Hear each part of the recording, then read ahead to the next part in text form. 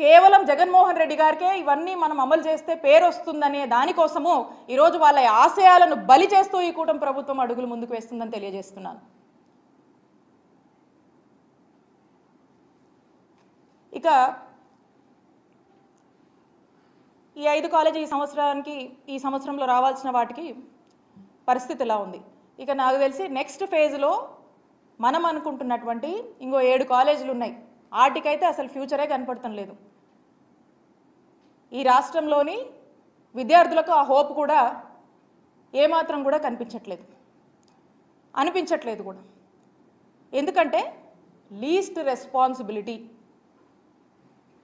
Irresponsibility, వాళ్ళ యొక్క బాధ్యత నుంచి వాళ్ళు తప్పించుకుంటున్నారు అనేది మనకు స్పష్టం అవుతా ఉంది. దీని మీద ఒక క్లారిటీ ఇస్తే, దీని మీద ఎక్స్ప్లెనేషన్ ఇస్తే చర్చ జరుగుతుంది.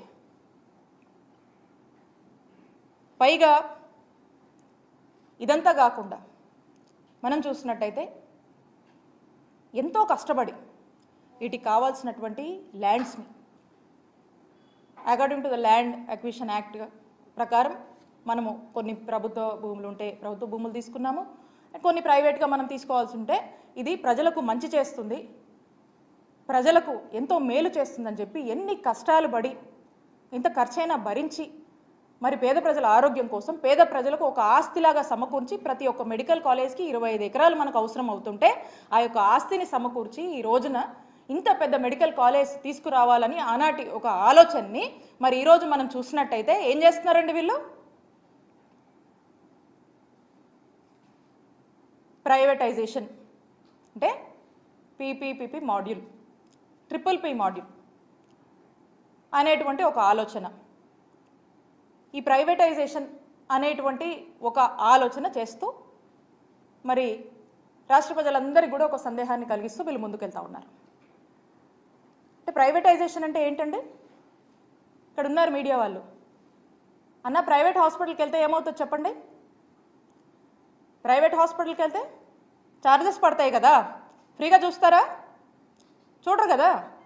మరి ఈ మెడికల్ కాలేజ్తో అనుబంధంగా ఉండేటువంటి హాస్పిటల్కి రాష్ట్ర ప్రజలు వస్తే అక్కడ మనము ఉచిత వైద్య సేవలు అనేది అందిస్తారు ప్రజలకి. మరి ఇప్పుడు దీన్ని ప్రైవేటైజేషన్ చేస్తే రాష్ట్ర ప్రజలు ఏదన్నా ఒక అనారోగ్య సమస్యతో